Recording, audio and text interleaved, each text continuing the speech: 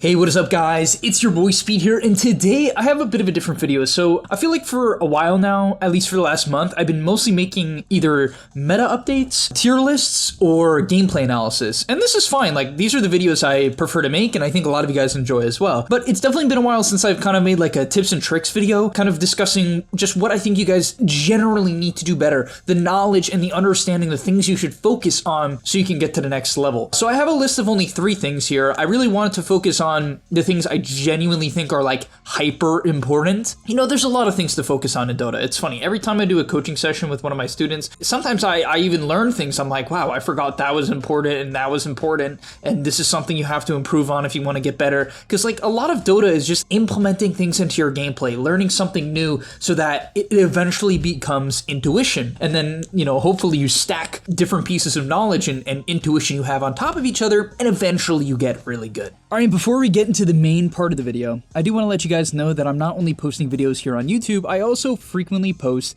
videos on the website. If you don't know what I'm talking about, almost every single day I'm posting a new video to the gameleap website. We're going to teach you guys in depth about how to get to the next level. So if you want to become absolutely broken and really take your game to the next level, I'm going to be able to help you, because sometimes the guides on YouTube, there's either not enough of them, they're not specific, or they're just tier lists, which I know you guys love, but at the end of the day, the gameleap website is going to help you get to the next level. So click the link down below and sign up. But all right, let's get into the first point of the video, and that is you have to put more emphasis on the individual creep. I was watching a game recently. It was actually a pro game, and I'm not going to name names because, you know, I'm not trying to like talk down on anyone. It was actually a pro match, a pretty high tier pro match, and I was watching the player play, and I genuinely felt, because he ended up losing the lane in what I consider a favorable matchup. He was outskilled by a very high ranked player, and I was watching the lane and I'm like trying to pinpoint, why in the world is this guy losing this matchup? What is going so wrong that's causing him to lose such a favorable matchup? This is what helps me get better, because when I can pinpoint these things, then I'll try not to make the same mistake in my gameplay, and hopefully the same can apply to you guys. But what it really came down to me was in the first few creep waves, he was playing hyper aggressive. And the reason why he was playing hyper aggressive was, at least to me, in my head, he was probably thinking, okay, I'm really strong. My lane is a counter lane, generally. It typically will win, at least over time. And so I need to play aggressive. However, the reality of the matchup, at least from my understanding of Dota and my experience, and it's a hero I play, so I can definitely say it with confidence, is that you have to eventually win the matchup. It's about hitting your early item timings, and then when you hit a later spike, you dumpster the hero. Now, I would like to speak more specific, but I don't want you guys going like headhunting and being like, Speed hates this player.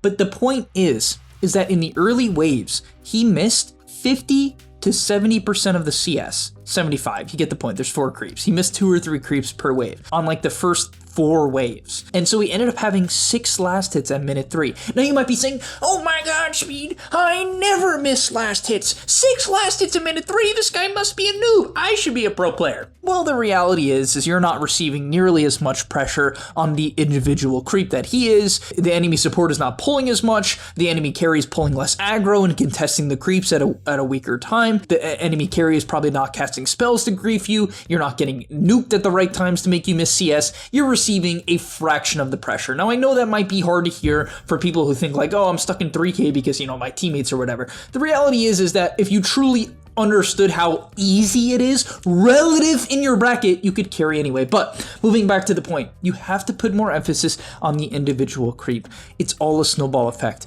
The gold you get from CS and the advantage you get from denies is so significant, it can't be understated. Let's say you get 1 deny. Okay, you get 1 deny in the first 2 creep waves. 1 deny, assuming the opponent doesn't get any denies, 1 deny will make you hit level 2 first. Hitting level 2 first, if you then know how to abuse that, will then cause you to likely win 1 or 2 creeps in advantage, or at least get very good harass. Very likely. Okay, if you know what you're doing. So you get a snowball advantage there. Those 1 or 2 creeps you then win can help you get to your item faster than the enemy. Getting whatever item you're buying first, assuming it's going to help you in the lane, will then help you win another maybe 3 or 4 creeps. All of a sudden, you're 6 or 7 creeps ahead. Then you hit your next item. Maybe you hit level 3 before they hit level 3. You get the point. Dota is this beautiful snowball effect. And that's why when people come to me and they say, Speed, I can't gain rank. My teammates are blah, blah, blah. I don't know what to do, blah, blah, blah. I'm like, you need to look at every small thing, okay? That's what I would start with. Look at your own mechanical skill and your individual understanding and mentality of the importance of every little decision you make, every CS. Are you literally just good at last hitting? And now I know people don't want to hear this. Speed, are you really suggesting for the billionth time on this channel to get better at last hitting? You're missing the point if that's what you took out of this. You truly are. You're truly missing the point. And I'm really trying to explain this as well as I can so people get it. But you need to contest every deny you possibly can. Some are overextensions, right? Certain denies will actually make you take a lot of damage. You need to avoid those. Man, Dota's such a hard game.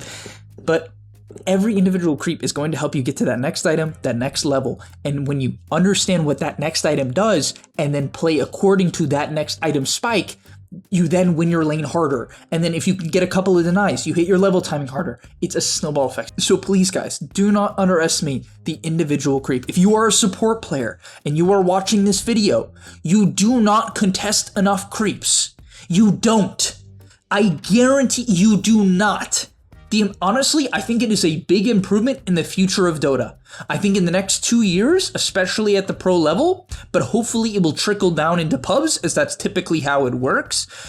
Pros, support players, they've already gotten, some of them have gotten very good at this. For instance, a player that I respect a lot, generally, I made a video on him where I actually flamed them a little bit, but Fishman, I think he's very good at laning, especially on Undying. And I watched this game where he played Undying, and he was like super good at contesting denies, and I was like, yeah, this makes sense. He's ranked 25 in Europe. I'm like, how does a support player get to rank 25 in Europe? This is one of those things. You might be like, really, Speed? That's how you get to rank 25 in Europe? It's by contesting denies? It's because when he plays Undying, he doesn't overextend. The amount of Undying players I watch that run in and kill themselves or take so much damage trying to overtrade into lanes where they can't. They're laning against some hero that kites them or two heroes that kite them, and yet they still try to overtrade is insane. But it was very clear to me that when he got counterpicked, he knew, because he's really good, that he can just prioritize instead of taking so much damage from trying to harass and tank 4 or 5 autos from trying to harass because it puts you further out of position. He can contest the deny, take 2 autos instead. You see the point? And he was able to get the denied because Undying has really good damage, right? Especially if you're decaying strength heroes, then you really create a big gap in damage. You create 8 damage, an 8 damage gap every time, which is like massive. But all right, I'll move on to point number 2. All right, so point number 2 is Roshan and how to use Aegis. So this is something I'm actually starting to add to my gameplay. So this is something like very personal to me right now that I'm working on. But I didn't realize, even until recently, how important Rosh is. Like, it is, and that might seem really crazy. You might be saying, Speed, isn't this your job? Isn't this like the whole point of what you're doing to like kind of get it? And shouldn't you be watching the pro scene and how much they contest Rosh and like how most of the fights happen around Rosh? And the answer to that is, yeah, it is, I guess, a little embarrassing that I didn't put enough emphasis on it. But at the same time, there's layers to it, right? There's layers to everything in Dota, because it's one thing to understand that something is good and then like how to really break it down and how to set up for it. So the first thing I've learned recently that I want to share with you guys is that in general, you just need to learn the whole like map setup around Roshan right now. The way the map is set up right now really allows you to get a big advantage if you can control the twin gates, right? That general area. Because if you control that general area and the twin gates, you have Rosh control, right? So that's something, that's like a very basic sentence, but you'd be like, oh wow, yeah, I mean, it's like really obvious, but it makes a lot of sense. If you control those general areas, you control kind of 2 creep waves and you control Rosh. So controlling the twin gate area on both sides optimally is very powerful. And what it's going to allow you to do is then contest Rosh. Okay, let's say you get Roshan, which by the way, if you bring 5 heroes to the pit, you can typically take it around minute 16 if you really wanted to, okay? Like, honestly, earlier if you bring 5 heroes, but it's generally a bad idea because it's kind of slow and you're gonna lose out on a lot of farm. So you typically want to do it around minute 18. Now in pubs, that's gonna be hard to do. People aren't gonna be ready. They're not gonna be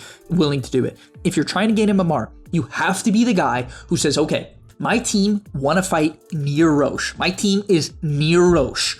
Just by general coincidence, because honestly, play calling is very hard. It's doable, but it's hard because people often won't listen. Some games you have people listen, and then you just have to learn when to call Rosh, which once again is typically based on, is the enemy team near the pit, and do we have control of the areas near the Roshan, right? Which you got to pay attention to the clock to know where the Roshan is. If you can call the Roshan near minute 18 to 20 to 22, your carry will likely have a 2-item spike. And with that 2-item spike and the Aegis, and by the way, like Dota has a lot of nuance, and sometimes with Aegis, you can't even do that much with it. Like no joke, you can't, like most of the time with first Aegis, you shouldn't go high ground. And this is kind of something I'm getting into, which is why I need to make a full video on this at some point, probably on the website because it's too niche. But with the Aegis, you want to take all the outer towers as at least as much as you can. Now, you don't want to overforce it. So something I realize people will do wrong is their team will Rosh, people will be low HP, low mana from taking the Rosh, and they'll instantly go force the tower. And that's a terrible idea because even with Aegis, if you're really low resources, the enemy team will likely take the fight and beat you, right? And so that's not how you want to approach it. Let your team heal up, maybe take a minute, let everyone, push out the creep waves, heal up a little bit. Then you want to try to call to group up near a tower and take that tower, right? And when you can take a tier 1, tier 2, you open up that side of the map for later on. If the map ever then swaps, right? Let's say you took the tier 1 and tier 2 bottom. If then let's say the enemy team gets kicked out of top, your team smokes to top, or you just happen to play top and the enemy team goes bottom, then when you eventually go back to bottom to kill them, they don't have a tier 2. And the reason why that's very important is because then they can't TP to help each other. They can't rely on the tower to protect them from certain smokes. Right? They have to be very afraid. And so taking the towers, it kind of just enables you to get key kills in the mid to late game. That's honestly, in my opinion, the biggest benefit of the towers. It's the eventual map control you will have when the enemy team migrates back into that area. And also to some extent, let's say your team is in that area, your team is playing that area, they can't get TP'd on, right? I mean, that's huge too. So when you get the Aegis, don't force the towers too quickly. Make sure your team is ready. Make sure you have a hero that can even take the towers in the first place, because if your carry's a Ricky and no one else takes the towers, don't force the towers. Maybe take the tier 1s, because honestly, any team can take the tier 1s, right? But in terms of the tier 2s, especially with Glyph, no, do not force it. The Glyph is too powerful. Instead, focus on killing. So it's kind of, determinant on your draft, which is why you have to learn how to use it. But all right, let's get into the third point. All right, and for the last and final point, we have understanding the meta. The example I'd like to give to talk about this was a match I recently watched. It was a match in Western Europe Division 1, two very competent teams, D1 Hustlers versus Entity. So D1 Hustlers first picked Doom. This is a hero very prominent in the meta for his ability to scale and have a reliable laning stage. Then, in a pretty classic fashion, Entity picked Morphling at some point. It was later in the draft. Okay, Entity picked Morphling. Morphling is a hero they love, and Morphling lanes relatively well in the Doom. It's not insanely good. It's not like incredible, but it's fine. You'll do well, right? You'll definitely do well. Now, because of this fact, in the last pick of their draft, D1 Hustlers picked Visage, a second offlaner. However, the Doom ended up playing position 4, and Doom is actually a pretty good support. The hero flexes much better than people think. And so much so to the point where this guy seemingly had played it before, because he actually placed an observer ward before the game started on the enemy small camp, but not the one that you would typically block and pull with, the one that's like by the twin gates. You know what I'm talking about? The small camp back there. And it was so cool because he got level 2, ran to that camp, and got the Harpy creep, which was very lucky, I will admit, because that's definitely the best level 1 creep. But it was like really cool. This guy clearly understood the meta and how he can abuse it. It was Theo Core. And I was very, very impressed because they ended up winning the lane hard. The Visage honestly, they probably shouldn't have won the lane as hard as they did. What's his name? Watson messed up. He got Soul Assumption and just died. But the reality is that can happen because Morphling is not a hero that pressures at level 1, where Visage absolutely is, right? Visage, especially as a universal hero, hits pretty hard at level 1 now. And with the Soul Assumption, you just chunk people, and they buff Soul Assumption twice now. The mana cost is nearly back to what it used to be. So Visage, in my opinion, very, very powerful. So yeah, point being is that they understood the meta, right? They understood, well, at least the meta of their games. And here's the thing. There's going to be different metas in 3K, 4K, 6K, 10K. There's going to be different metas because Doom, for instance, has a very actually a bad win rate in your average pub. So do I recommend you pick Doom? Well, actually, for an offlane player, yes. You just have to learn how to play Doom effectively, which most people don't. They don't understand how to play around cooldowns. They're going to fight too much without Doom. They're not going to understand that their hero truly comes online. I mean, it comes online at different points in the game, and it's strong early, but it truly comes online at like minute 25, minute 30. Shush! Doom is crazy. This hero's crazy. Like, really crazy. But yeah, it was just like a cool understanding of the meta. And so in your pubs, what you need to do if you're really trying to gain rank is you need to understand what people are generally picking in the moment, right? Let's say Riki carry is popular. Pick a couple heroes that are good against Riki. Right, maybe you're an Underlord player. Underlord is incredibly good against Riki. The root is great. The laning stage is favorable for Underlord. You could portal in when he's trying to kill teammates. You can buy Crimson to save people from his goes. So, I'm a huge fan of, for instance, doing that. Right, let's say the enemy carry is picking Juggernaut. Right, maybe you can learn Doom. Doom is pretty good against Jug. You can learn Slardar. Slardar is a classic counter to Jug. You can learn Legion. Whatever you think is good at the current point in time. If you're seeing a lot of a certain hero, another hero right now that's very popular, Wind Ranger, has been getting a lot of picks because, well, actually it's winning a lot, and Arteezy is making it popular too with its streams. And so you can learn a couple heroes that counter Wind Ranger. Well, there's actually a couple of routes you can go down, and this is something I do, right? And I'm sharing that information with you guys. And what I have learned against Wind, there's a couple things. Number one, Nullifier. This item is very good against Wind until she has Lincolns, which often they will buy, but until she has Lincolns, it dispels Windrun. Wind Ranger without Windrun is just horrible.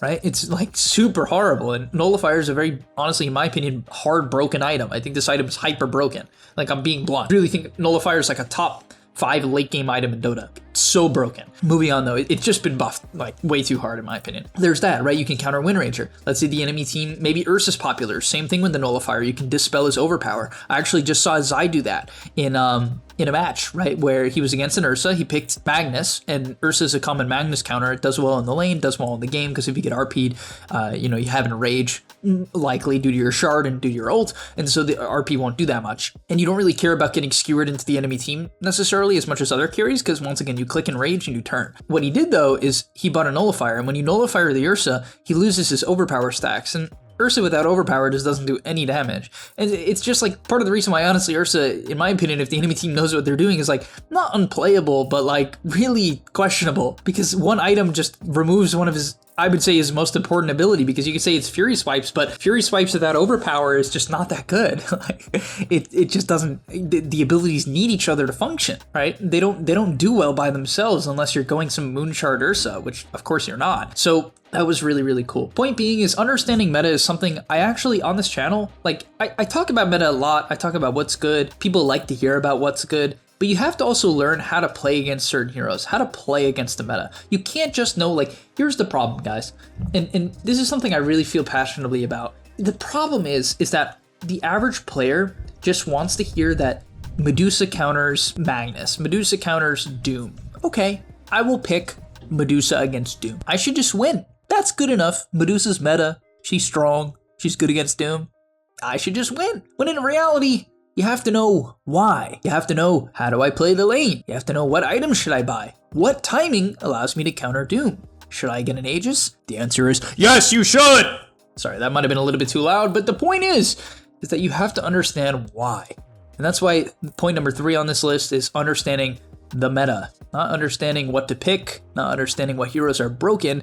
You have to understand the meta and how to play around the meta. That includes items, timings, playstyle, when to take Roche. That's why Dota is a beautiful game. But alright, thank you guys so much for watching. Subscribe to the channel if you haven't already. I want to keep sharing information with you guys to help you get to the next level. If you like in-depth videos where I talk kind of very deep about Dota, I do that very frequently on the website, more so than on YouTube, because of how the audience responds. And yeah, thank you so much for watching. I'll see you in the next one, and I'm out. Peace!